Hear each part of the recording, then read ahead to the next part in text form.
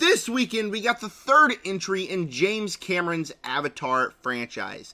Now, I'm not the biggest fan of this franchise. I recently watched the movies for the first time this past week, and I gotta say, they're fine, but every time as the third act comes, I start to get more and more bored, and the movie just kind of loses me towards the third act. So I went into this one hoping that I would not have that same experience, hoping that IMAX would completely win me over for this one, and hope that it is the best film in this franchise.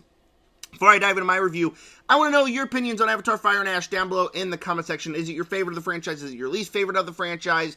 And while you're down there, if you wouldn't mind hitting the subscribe button, the like button, and the bell so you never miss another movie review quite like this one.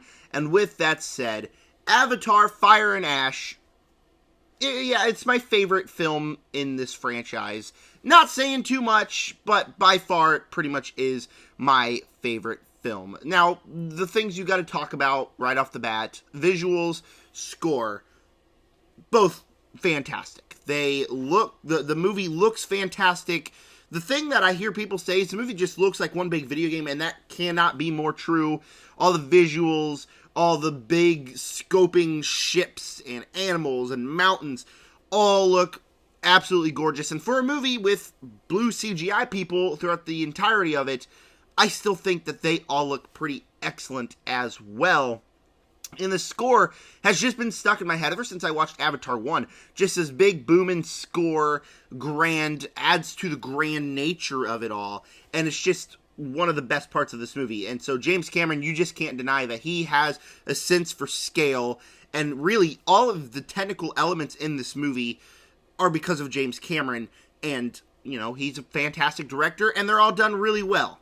It's going to feel like I'm just going to repeat the same thing over and over again, because that's just how the first two movies were, and that's how this one is. Aside from the obvious fantastic visuals and great score, I also really liked how this one felt like a part two of Avatar: The Way of Water, where right from the beginning of the movie, it kind of just starts taking plot lines from that movie that kind of were just left out of Way of Water, and we start getting answers that we wanted from Way of Water, just kind of continuing that story. It's still the same conflict with Jake Sully and Quaritch fighting, and, you know, they're trying to capture Jake Sully. It's still the same conflict, just we got fire avatar people now. But, I did really like that it continued the plot of it. It kind of made it feel like just an episode in a TV series, honestly. Kind of feels episodic, where we get several scenes where a lot of people are complaining about them, saying they're kind of pointless, but I kind of like them, where we're just diving into just character moments, certain things, exploring just plot lines that feel like they wouldn't fit in this grand movie, but for me, they actually kind of did. And for a movie 3.5 hours long, I think the sequences in the beginning of the movie where we're just kind of answering some questions from Way of Water were the more compelling sequences in this movie. My favorite thing about this franchise is just being in this world with these characters. I really don't care about the big action or the villains. I just like seeing this world and the visuals. That's what's been most entertaining for me. And when the first half of the movie does that in each movie, it's the best part for me. Aside from that, the action in this movie, like I just said, it's not really the thing I care about with these movies, but obviously it is quite good in here. The first action sequence of the movie, which is in the sky with the fire people, is the best action sequence in this entire franchise. I thought that action sequence was riveting, thrilling, and I genuinely thought some people were going to die. And it introduces us to the fire people, which we'll talk about here in a minute. But another thing I loved about this movie is that the story mainly is about grief. If you don't know, Way of Water, spoilers coming up, their son died at the end of that movie. One of their sons. I forget his name. But he got killed by Quaritch. And the movie, from the very first scene of the movie, just explores the grief that this family has after losing their son. And I thought that that was very good. The first half of the movie, again, explores grief, and that's, again, what makes the first half of the movie much more compelling to me, is that it does have the themes that really work, with the character moments that kind of work as well, with some pretty compelling action. And overall, the pacing of this movie, I think, flows the best out of all of the Avatar movies. Where the other Avatar movies, like I said, the first halves were really good, but throughout this entire movie, I was just really enjoying what they were doing here. I think this one has the most action. It's the one that has the more compelling character moments out of all of the movies. And so, for the most part, the movie was paced really well as well and made me enjoy it. And I think a big reason for that is the villains in this movie were by far my favorite in the entire Avatar franchise. Varang and Courage, we obviously got to start talking about Courage. Obviously, he's been a great villain. Just this kind of campy villain that just very clearly has one goal in mind, and he doesn't care how he's going to use to get that. I think that he's developed pretty well as a character here, too. Constantly throughout the movie, I thought they were going to make him have a hero moment, and I also kind of appreciated that they didn't let him have a hero moment. But if you don't know, again, spoilers for Way of Water, he is Spider's father.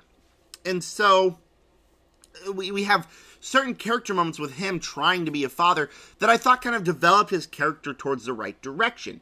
And then we got to talk about Varang, who just has this excellent screen presence. From the very first moment she's shown up, even in the trailers, I knew that her screen presence would be excellent. The lines that she is given are really, really riveting. Obviously her visuals are great. She feels like a dangerous Na'vi that would do anything to get what she wants, and she does do anything to get what she wants. And the scenes that are most memorable from this movie are the scenes with the Varang in them. And honestly, her chemistry with Courage is incredible in this movie, and really the best part. A huge negative of the film for me, though, is the fact that in the third act, they kind of completely disappear, which might be part of the reason why the third act kind of starts to fall a little bit short for me. So overall, this is the Avatar movie that's paced the best, had the best character moments in my opinion. The action, even though I don't really go to these movies for the action is pretty good in here. The villains have the best villains in the entire franchise, and the grief element definitely adds to it. So overall, Avatar Fire and Ash is my favorite film in this franchise. I do have some pretty big negatives. It's not a great movie. It is pretty good. It's not a great movie, and there are some things that really hold it back. And the first thing here, the thing that instantly comes to my mind, is that this movie copies way too much from Way of Water. I know how I said it's technically a part 2 to Way of Water, and I did like that. I'm not talking about that kind of copying.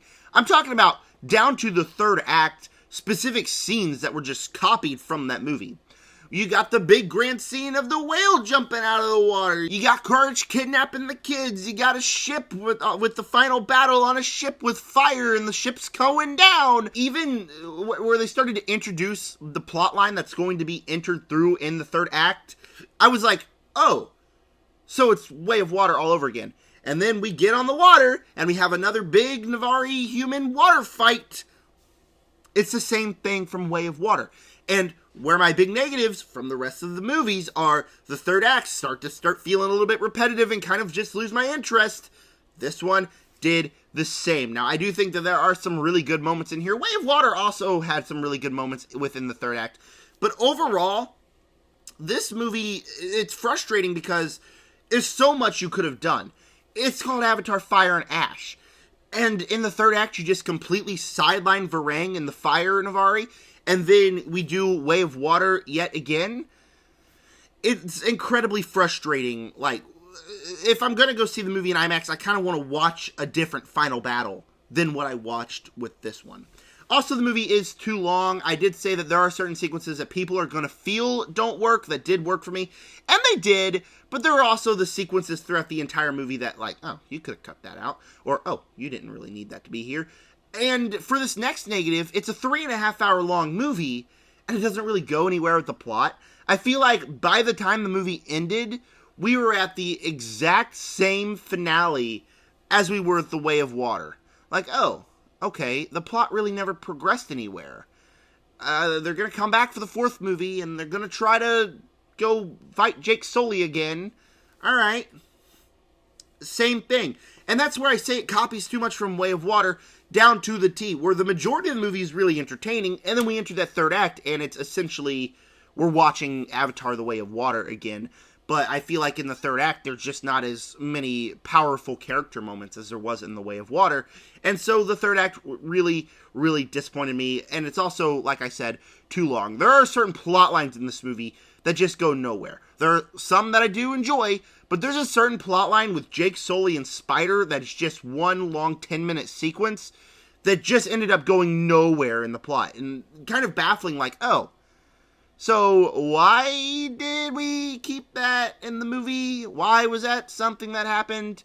And overall, this franchise just really isn't for me. It's kind of big, grand, sci-fi epic, but overall, it just, every movie that I've seen of this franchise just feels like it's just way too long and kind of wears thin by the end, and this one's pretty much no different. I feel like if you did some obvious things that you didn't need to do that are big flaws in the movie, copy too much from The Way of Water, or, I don't know, sideline the Fire Navari, which were the best parts of the movie, I feel like this one could be a much better movie. For the majority of the movie, I was loving it, and then just like every other movie, the third act did lose me with the plot and how long it was and how repetitive it did start to feel, especially to The Way of Water. Alright, that was my review for Avatar Fire and Ash. Before I give you my final score, please make sure to subscribe, hit the like button, hit the bell, and comment down below. What are your opinions on Avatar Fire and Ash? Is it your favorite Avatar movie or your least favorite Avatar movie, or is it somewhere in between? I would love to know all that and more. And with that said, Avatar Fire and Ash is really enjoyable for the most part. I did really like it.